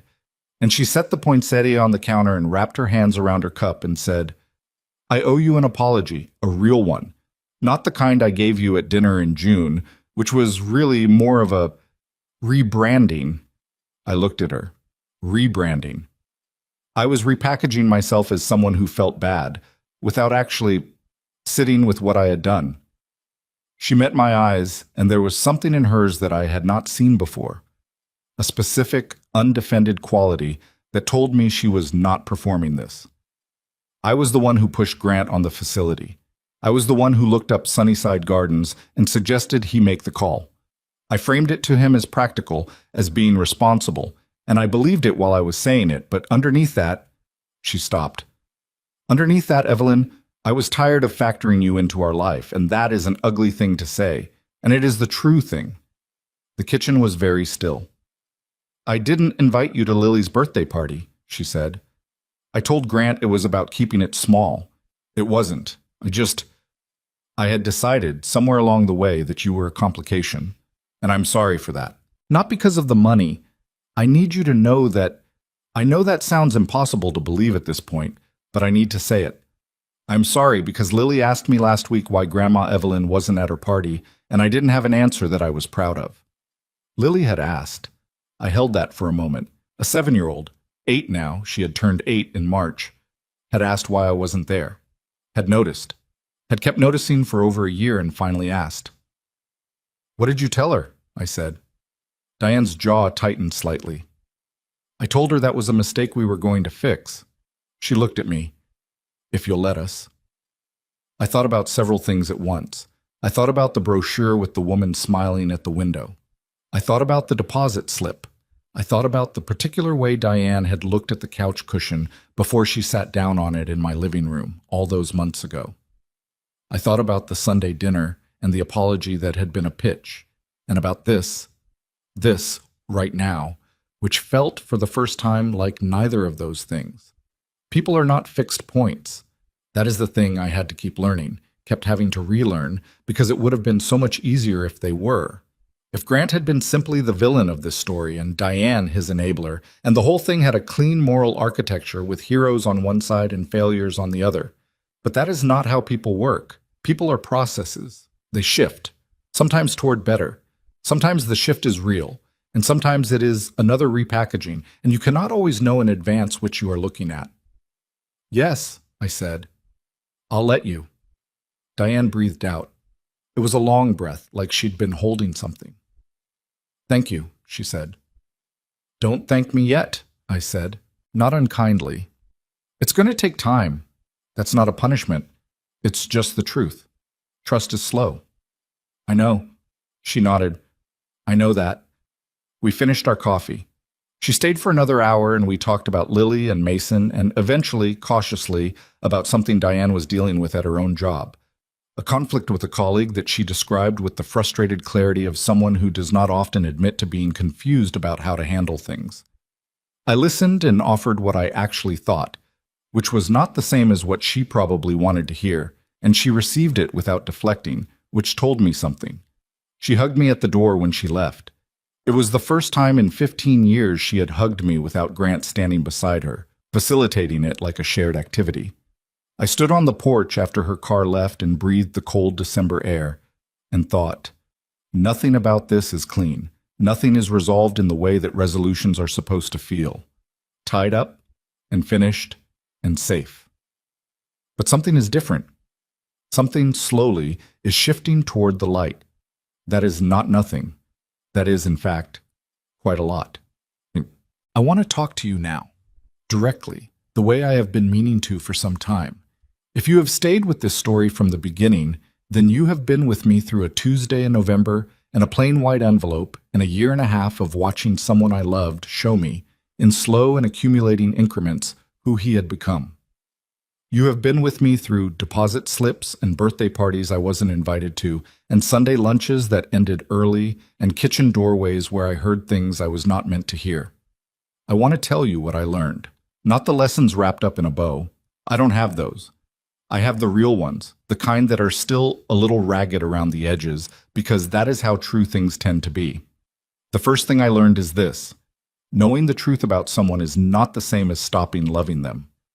I had believed somewhere in the back of my mind that if I saw clearly, if I let myself see Grant's calculation and Diane's maneuvering and the arithmetic that had replaced relationship, I would have to stop loving them in order to protect myself. I thought clarity and love were incompatible. They are not. They are uncomfortable together, and they require a great deal of sitting at kitchen tables at odd hours. But they are not incompatible. You can love someone and know exactly what they have done. You can hold both things. It is hard. It is the right thing. The second thing I learned is about money, and it is simpler than people tend to make it. Money does not change what people are. It reveals what they already were. Grant did not become a different man when he thought I had nothing, and then again when he discovered I had $32 million. He was the same man both times. What changed was which version of himself he chose to show me. The money was just the light that made the existing thing visible. If you ever find yourself wondering whether someone loves you or loves what you're worth, take the money out of the equation entirely. Watch what they do in the dark when they think there's nothing to gain. That is who they are. The third thing I learned is harder to say because it is about me and my own failures, and I believe a story is only honest if it includes those. I waited too long. Not in terms of the money. I do not regret how I managed that, or the decisions I made about where it went. I waited too long to say the hard things. I swallowed words at too many kitchen tables. I accepted phone calls that felt like audits and visits that felt like assessments. And I told myself I was being patient and strategic. But the truth is, I was also afraid. Afraid of the confrontation. Afraid of what saying the true thing out loud would confirm. Afraid, if I am being completely honest, that if I named what was happening, it would become permanent. As if keeping silent kept the door open for a version of Grant that would reappear and make the whole thing not have happened. Silence does not keep doors open. It just lets damage continue in the dark. If I had spoken sooner, clearly, and without apology, some of what happened in that year and a half would have been shorter. Some of it might not have happened at all. I am not saying this to blame myself for my son's choices. Those choices were his, and the responsibility for them is his.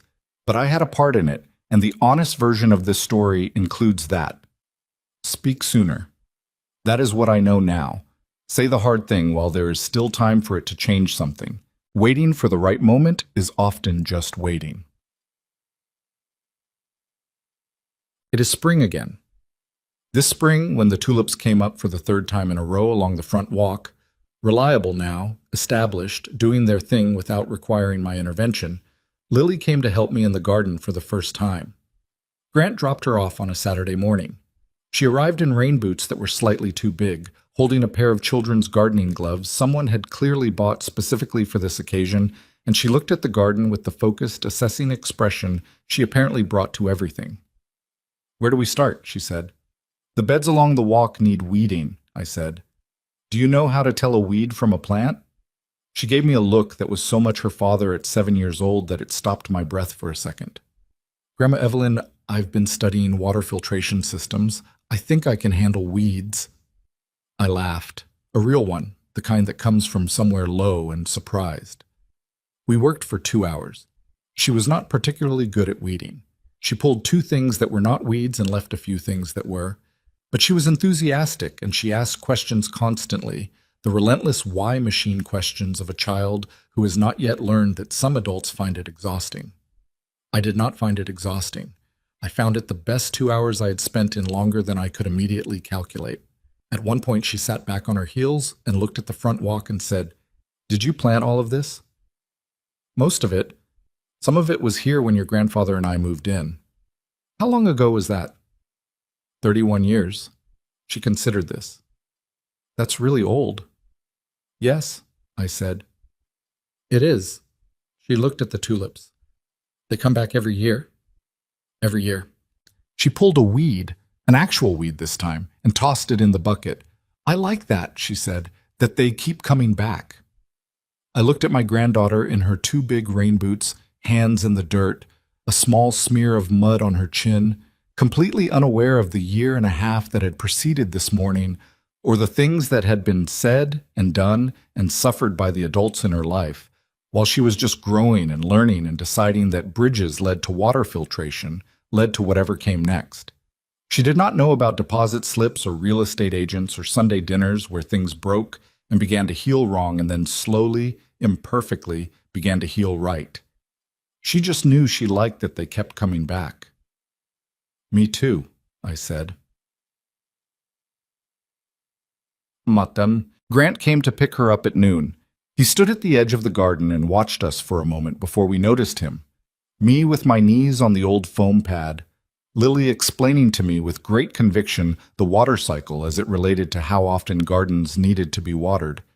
And when I looked up and saw his face in that unguarded moment, I saw something I recognized from a long time ago. Not the calculation, not the managed affect. Something older, from before all of it. The boy who cried over injured birds. The man who had sat with me on the porch in the evenings after Roy died and not said much, which was exactly right. He was still in there. That is what I saw on his face, watching his daughter explain the water cycle to his mother in the spring garden. He was still in there, and he was trying to find his way back to himself, and that is not a small thing. That is, in fact, the hardest work a person can do. "How was she?" he asked when Lily ran inside to wash her hands. "She told me weeding is essentially the same as removing variables from a controlled experiment," I said. He put his hand over his eyes. "I'm sorry. Don't be. She's right." He smiled. A real one. The tired, genuine kind that means something.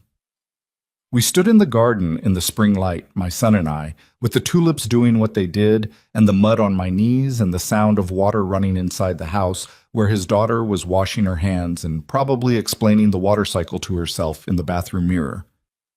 "Mom," he said. "Yes." He looked at me for a moment. "Thank you for not giving up on this, on us." I thought about several things I could say. I thought about the long, honest answer, and the short, honest answer, and the answer that was true but maybe didn't need to be said out loud right now, in the garden, in the spring. "You're my son," I said. "That was never going to change." He nodded. He looked away, and I saw him working to hold his expression steady, which was the same thing he had done at 7 when he was trying not to cry and thought I wasn't watching. I was always watching. Mothers are always watching.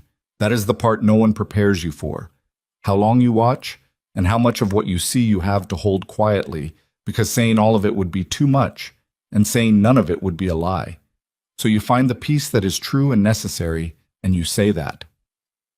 Lily came back out with clean hands and mud still on her chin, holding a glass of water she had apparently poured for herself and then decided to bring to me.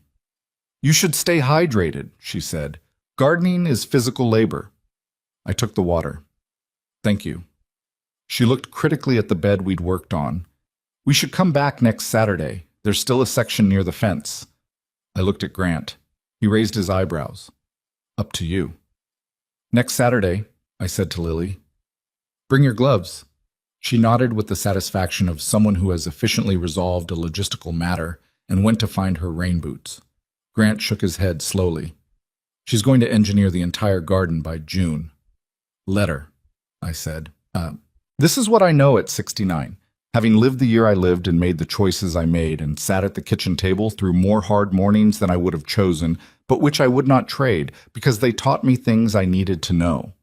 I know that dignity is not something other people can take from you. They can try.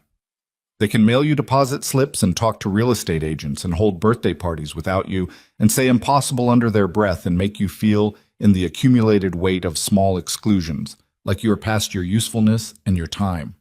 They can do all of that. And it hurts. I want to be honest that it hurts, that I'm not a woman made of stone, that there were evenings in that year and a half that I sat in my kitchen with bad wine and pretzels and felt the specific loneliness of being underestimated by someone who was supposed to know me. But they cannot take what you don't surrender. Your dignity is yours. Your right to remain in your own home, to make your own decisions, to determine what happens to what you have worked for and been given. That is yours. No one's frustration or convenience or financial calculations change that. The moment you begin to believe that your value is determined by what other people believe you're worth, you have handed them something that was never theirs to hold. Don't hand it to them. I know that love without honesty is not love. It is habit or obligation or something that resembles love from a distance but does not hold up under close examination. If you are in a family or a marriage or any relationship where the truth cannot be spoken, where the real things must be swallowed and the surface must be kept smooth, and the difficult conversations are always postponed until they become impossible, That is not love keeping the peace. That is fear keeping it. And the peace it keeps is not worth what it costs. Say the hard things, not cruelly, not as weapons, but say them clearly and without apology to the people who need to hear them. Say them while there is still time for the hearing to matter. I know that money is a test, and most people don't realize they're taking it. They think money is a tool, or a measure of success, or a source of security, all of which it can be. But it is also a mirror. It shows you what people value when they think value is at stake. And the reflection is not always flattering, and it is almost always honest. What you do with that information is up to you. And I know this is the last thing, and I think the most important. I know that the work of becoming a good person does not end at any particular age, not at 41 and not at 69, and not at any point between or after. Grant is still working on it. I am still working on it. Lily, in her rain boots, with her engineering mind and her careful questions, is just beginning the work, without knowing yet that it is work, which is the best possible time to begin. We do not arrive. None of us arrives. We just keep choosing, day after day, which direction to go. My refrigerator is full. My corkboard is fuller. The tulips come back every year without being asked, which is a thing I find more comforting the older I get. The girl with the acceptance letter is in her second year of university now. I know this because Loretta told Harold, who told me, carefully and within the bounds of everything I'd stipulated. She is studying civil engineering. She does not know my name. Somewhere in this county, Deshaun Carter is teaching two young men how to weld. Rosa Gutierrez is tutoring children in her living room. Terry's daughter is drawing suns above houses in a home that is stable and safe. And on Carnation Street on Saturday mornings in spring, a small girl in two big rain boots is learning that some things, if you plant them right and leave them alone long enough to establish themselves, will keep coming back. Year after year after year. That is enough. That is, in the end, more than enough. That is everything.